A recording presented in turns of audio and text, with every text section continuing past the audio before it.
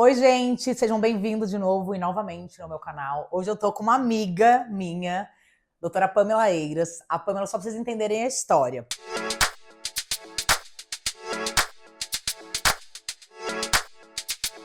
A Pamela foi minha chefe, né? A gente fez faculdade em Bragança, então a Pamela estava na minha frente na faculdade e depois a gente foi residente juntos. Então a Pamela era minha R+, então ela que me ensinou as coisas. E a gente ficou muito amigo nessa fase, na verdade, que a Pamela era de turma diferente. E aí depois cada um tomou um rumo na vida. A Pamela foi para uma área mais cirúrgica, eu fui para uma área mais de parto, de gestação, de ultrassom, mas a gente sempre se falou, né, na verdade. Hoje em dia a Pamela mora e trabalha em Atibaia e opera em Campinas, né? Isso. E eu aqui em São José dos Campos. E a gente sempre foi amiga, mas acho que faz uns 2 anos, né? A gente faz uma mentoria do Dr. André Vinícius. Depois dessa mentoria, daí a gente ficou mais grudenta e grudadas ainda, né, Pam? Então a gente discute muitos casos, tudo. E hoje em dia eu quis trazer a Pamela aqui porque ela trabalha muito com saúde da mulher 40 a mais, mas a Pamela é uma especialista e está numa das equipes referências do Brasil de cirurgia robótica de endometriose. Então eu trouxe a Pamela aqui hoje para a gente falar um pouquinho sobre endometriose. Muito obrigada por você ter vindo. Seja Maravilhosa, bem-vinda. que eu amo. É um prazer estar aqui com você, né? Agradeço demais o convite. É uma honra estar com uma pessoa, uma das minhas melhores amigas, que eu amo, amo, amo. Então, vamos lá. Eu acho que falar de endometriose é um papo que eu amo, acho importantíssimo, porque eu acho que a gente vem desse cultural que mulher sofre, né? Então, a mulher, eu lembro de uma paciente, assim, super diferenciada, com relação a cultural, mas como a mãe desmaiava e ela não, então ela não achava que ela tinha endometriose, né? Então eu vejo que nós mulheres, a gente vai se adaptando à dor, né? Vai normalizando Normalizando, o que é ruim. exato, exato. É normal. É, como Né? se fosse. Então, assim, eu sempre falo para as minhas pacientes, é algo que eu levanto a bandeira o tempo todo, ter dor não é normal. Então, a gente precisa, né, deixar esse sinal de alerta para as mulheres. Se você é uma paciente, às vezes a gente até pergunta na história clínica, né, a paciente fala assim, mas doutora, eu não tenho dor. Mas a paciente toma anti-inflamatório todo o ciclo menstrual. E aí acaba achando que é normal tomar anti-inflamatório todo o ciclo, né? Então, eu gosto muito de fazer uma escala de dor, até para entender qual é o grau de impacto, né, disso na saúde dessas mulheres, até para a gente poder começar a olhar também, né, nas entrelinhas, né, porque se às vezes também não tem cólica, hoje, por exemplo, eu atendi 2 pacientes que tem ali uma cólica, uma com uma nota 4, a outra 0 dor, mas que a gente sabe que endometriose também não é só cólica menstrual. Deixa eu só falar uma coisa super importante. Como a Pamela trata muito isso, tem paciente minha que não sabe nem o que é endometriose. Perfeito. É que assim, ó, hoje em dia o que a gente fala é uma doença cada vez mais diagnosticada. Então, assim, é uma doença da nossa geração, porque é uma doença que fala de inflamação, então a gente tem uma vida, todo mundo que come mal, que tá estressado, então a gente até fala que a gente não sabe se a gente faz mais diagnóstico hoje em dia, porque a gente tem essa consciência, né? Mas o que eu quero que a Pamela explique pra gente primeiro, porque muitas vezes eu falo assim, ó, eu vou fazer uma pesquisa de endometriose, mas eu falo pra você sabe o que é? Explica só de um jeito mais para as pessoas entenderem o que é essa endometriose. Você quer que eu pegue um útero, alguma coisa pra você Eu acho que explicar? acho que dá pra Tá. gente explicar, né? Então, o útero, né? Então a mulher tem ali os órgãos, né? Então, o útero, as trompas e os ovários. E aí o útero, ele tem a camada muscular dele, e a gente tem uma camada interna que é o endométrio, que é a camada que todo mês, ela, se você não usa hormônio, né, ela prolifera para que a gente engravide. E esse endométrio é para estar dentro dessa cavidade uterina. Quando eu tenho esse tecido endometrial fora da cavidade endometrial, eu chamo isso de endometriose. Quando eu tenho ele na musculatura do útero, eu chamo de adenomiose. Então, é mais ou menos a mesma doença, eu falo que elas são primas, Primas. e o comportamento delas, talvez os sintomas podem ser um pouquinho diferentes, mas lembrar que as teorias para as duas patologias são muito parecidas, né? Então, basicamente, né? Ele tem um comportamento diferente, ele tem um comportamento de um tecido endometrial ativo fora dessa cavidade endometrial, né? Então, e a gente pode ter endometriose e geralmente ela está mais próxima da região do útero, né, dos ligamentos, então ela está ali geralmente na parte posterior, então a gente divide a pelve em compartimentos, né? Então, anterior, a parte média que está ali o útero e a parte posterior que tem intestino, os ligamentos. Então, geralmente a parte mais acometida é esse compartimento posterior. Então, Então, retrocervical, ligamentos uterossacros. Aí a gente, dependendo da gravidade, às vezes o ovário vai lá e adere, porque ela pode ir invadindo a região dos ligamentos e ir para a região de anexos. Então, às vezes o ovário gruda lá, às vezes faz endometrioma, né? Que é uma endometriose ovariana. Às vezes o intestino vai lá e gruda lá. Às vezes a gente tem uma endometriose em região de bexiga ou na transição de bexiga e útero. Então, aonde cair essa célula, a gente tem a doença, Exato. né? Às vezes uma preocupação nossa também, quando essa endometriose ela vai avançando tanto que ela pega ali o canal do ureter, né? Então é um caso grave. Apêndice não é tão comum, mas a gente pode ter a distância, né? Então, por exemplo, diafragma, pulmão, septo nasal, cérebro. Então a gente já viu relatos. Pode ter em qualquer lugar, mas como o útero tá aqui embaixo na parte pélvica, o local mais comum, né, Pan? É essa parte pélvica, o ovário.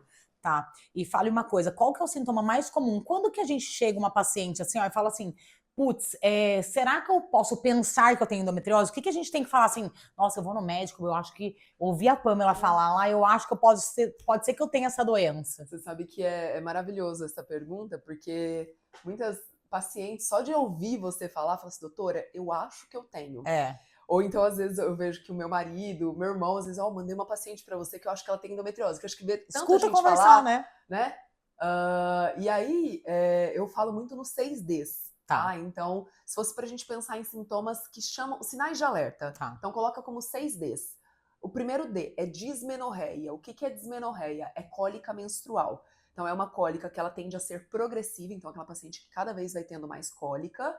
Então, eu menstruei, tenho cólica, vai passando o tempo. Aí uma coisa, né, Pan? E sempre lembrar que sem remédio que eu digo hormonal, sem bloqueio, exato. Que é importante. Mas mesmo pacientes que às vezes usam bloqueio podem ter a cólica menstrual. Então, um sinal pra gente, exato, mas sempre lembrar que se ela tá bloqueada, talvez ela esteja tratando a endometriose, né?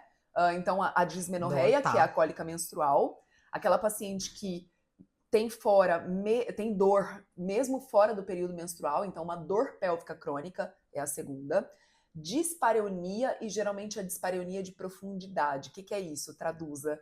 É a dor na relação na profundidade. Aquela paciente que fala pra você, doutora, eu tenho uma dor que parece que encosta lá no meu útero, mas o médico já me falou que é porque minha vagina é curta, que meu útero é invertido, então eu escuto muito isso. E às vezes depende também da posição, né, Pan? Geralmente em algumas posições de 4, ou aquelas posições que geralmente vai lá na profundidade, porque quando vai na profundidade, encosta onde? Nos focos. Nos focos da endometriose, então região retrocervical, os ligamentos e tudo mais. Então já foram 3. Exato. Cólica, dor na relação e dor pélvica. Exato, dor pélvica crônica.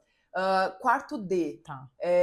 Dor ou alguns sintomas intestinais, dificuldade para evacuar, diarreia, intestino muito inflamado, dor. Então aquela paciente, é uma pergunta que eu faço muito, o que muda quando você menstrua no teu intestino?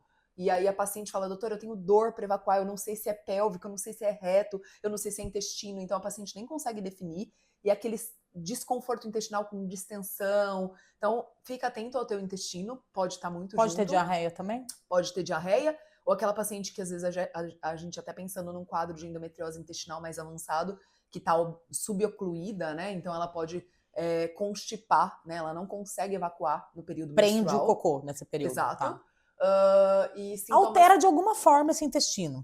Exato, na menstruação. Exato. Tá. Às vezes mesmo fora do período menstrual, essa paciente está tão inflamada que ela tem essa distensão abdominal, às vezes crônica, que é o que a gente chama de endobele. É tanta inflamação na pelve que essa paciente tem esse estufamento. É aquela paciente que às vezes até é magra, mas tem aquela barriguinha da endometriose. Isso é um sinal de alerta que eu vejo ao examinar as pacientes também.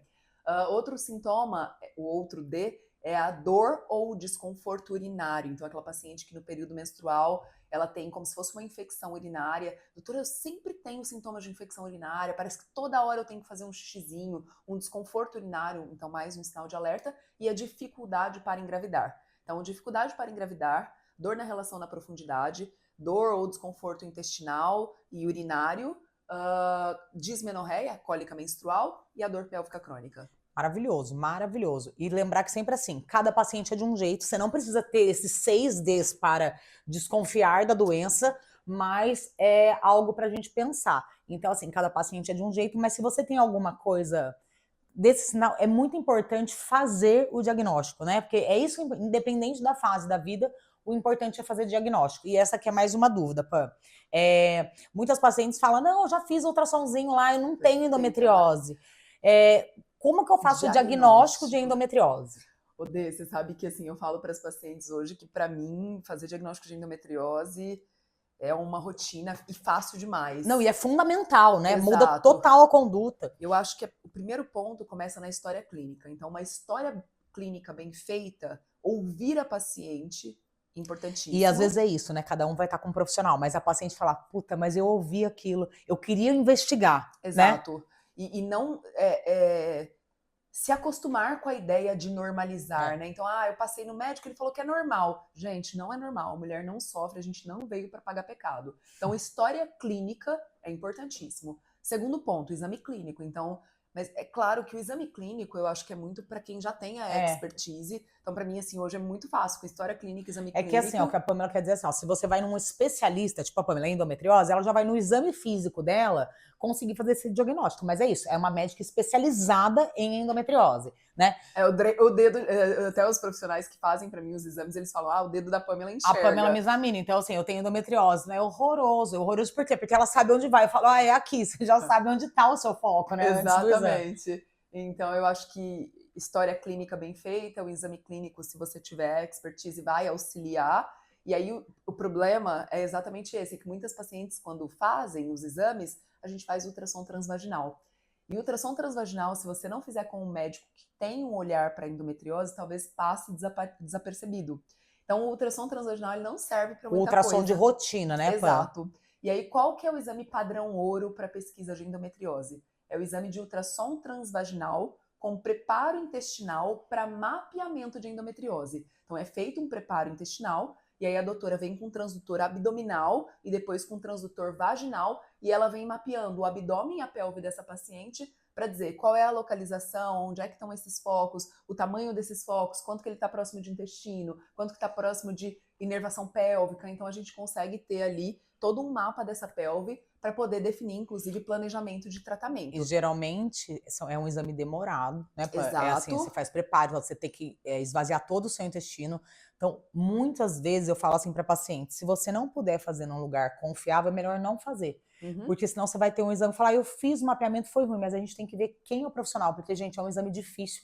Então, você tem que fazer com alguém muito bem recomendado, senão é melhor não fazer, né? Você sabe que essa era uma das coisas que eu ia pontuar na sequência, porque muitas pacientes chegam para mim, doutor, mas eu fiz esse exame e eu não tenho nada. E, na verdade, o olhar de um profissional treinado e especializado muda tudo. Então, para mim, eu tenho profissionais que eu indico, se a gente vai operar, a gente só opera com mapeamento de tal profissional, porque isso muda. E muda a cirurgia, muda tudo. Exatamente, que é aquela paciente que fala assim, doutor, eu fiz 5 cirurgias e eu continuo com endometriose. Ao meu ver, pela equipe que a gente tem hoje, com o que a gente tem hoje de equipe cirúrgica, na verdade, a paciente, ela continuou com a doença, né? Então, se você tem um exame bem feito, o planejamento cirúrgico ele é baseado naquilo. E se eu chego na cirurgia e eu vejo, tinha intestino, mas eu não tenho um mapa prévio, essa paciente vai continuar com a doença e ela vai sair com a doença, porque a equipe não foi preparada para tratá-la. É assim, vou só para às vezes é assim, é uma doença de proliferação. Então, se você entra ali numa cirurgia sem uma equipe inteira, então a Pamela entra com gente que vai ter capacidade de operar, mexer na bexiga, mexer no intestino. Só que se ela chega com essa só que se ela chega lá achando que é uma endometriosezinha leve, ela tá sem equipe, não tem o que fazer ali na hora. Então, é uma doença que se você deixa, gente, um negocinho minúsculo, tamanho de uma pinta, às vezes essa doença pode, proliferar inteira de novo, e é uma paciente que depois de 2 anos fala, voltou toda a doença. Então é uma doença assim, gente, é muito difícil de tratar, é uma coisa bem delicada, então você tem que estar com profissionais muito bons, mesmo no diagnóstico. Às vezes eu falo assim, Pam, eu não tenho nada, às vezes uma paciente não consegue fazer, ou faz num lugar que não é tão bom, eu falo assim, tá bom, mas se eu tivesse que apostar 1 milhão de olho fechado, você tem. Às vezes você tem focos tão pequenos também que não foi visto no exame. Mas se você tem sintoma, se tivesse que apostar, eu apostaria que em algum lugar você tem doença. Com certeza, né? concordo Daí eu trato como se ela tivesse doença. Concordo plenamente. E além do ultrassom, qual que é o próximo que dá para dar diagnóstico? Um ponto importante é que o mapeamento, a maior parte das vezes, o convênio não cobre. E aí as pacientes não querem investir num bom exame. E é isso que eu explico muito para o paciente, isso é um investimento, porque isso muda o Tudo. planejamento de tratamento. É. Tá? Então esse é um ponto. Outro exame que a gente pode fazer para diagnóstico, e aí assim, depende muito do serviço e da referência que você tem e dos colegas também que fazem, é a ressonância. Então também feita com preparo intestinal, a gente usa gel na vagina, gel no ânus, então depende muito do preparo do serviço. Sim. E do laudo, né? Exato. E aí o profissional que também está avaliando esse exame, né? Então a ressonância ela também pode ser um exame aí pra gente. Ela até inclusive para diafragma ela acaba sendo melhor que o mapeamento. Mas hoje com profissionais bem treinados a gente vê que para qualquer lesão você consegue ter uma boa avaliação independente da ressonância ou do Ou do ultrassom. mapeamento. Exato. Tá, o PAN, mais uma coisa. Vamos supor, então eu, Denise, eu sei que tem graus diferentes de doença, graus diferentes de acometimento, dependendo do lugar. Então, eu tenho endometriose só no intestino, eu tenho no ovário. Mas, enfim, qual que é... Por exemplo, se eu descobrir uma endometriose, como que eu sei que eu tenho que operar essa doença? Tipo, todo mundo tem que operar? Perfeita pergunta, Dê. E isso assusta muito, né? Que às vezes vem ali, até hoje uma paciente me falou isso, nossa, doutora, eu olhei essa endometriose profunda, eu fiquei desesperada. Então, às vezes, o termo endometriose profunda a gente dá para uma doença que infiltra mais do que 5 milímetros no peritônio, né? Então, a maior parte das mulheres vai ter uma endometriose profunda. Isso não quer dizer que você tem que operar. Então, indicações absolutas de cirurgia é uma endometriose de intestino que obstrui mais do que 50% a luz do intestino. Endometriose de ureter, porque o ureter é um canal fininho que sai do rim e desce para a bexiga. Então, se eu tenho no ureter grandes chances de obstruir, aí vai dar bem No ruim. ureter, qualquer lesão de ureter tem que operar? Lesão de ureter é igual a cirurgia. Tá. Lesão de bexiga, a depender do tamanho da lesão. E aí também ficar atenta com o ureter. Apêndice é sempre igual a cirurgia.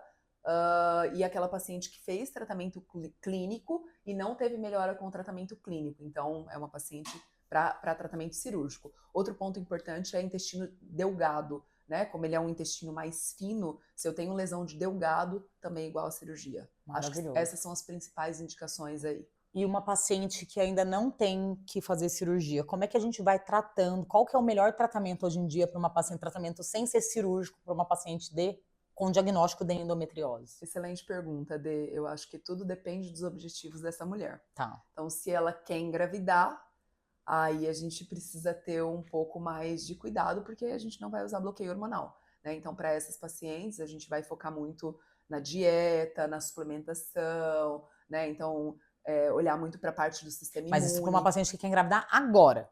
Exato. Tá? Mas vamos supor, eu sou jovem, eu tenho 22 anos. Eu quero um diagnóstico no futuro lá, sei lá, agora eu nem penso, bloqueio doutora Pamela. Tá. Bloqueio hormonal. E aí o que eu falo para as pacientes, quando a gente pensa no tratamento, a gente precisa saber as teorias da doença. Tá. Então, quando a gente fala de endometriose, tem inúmeras teorias, ninguém sabe muita coisa da doença.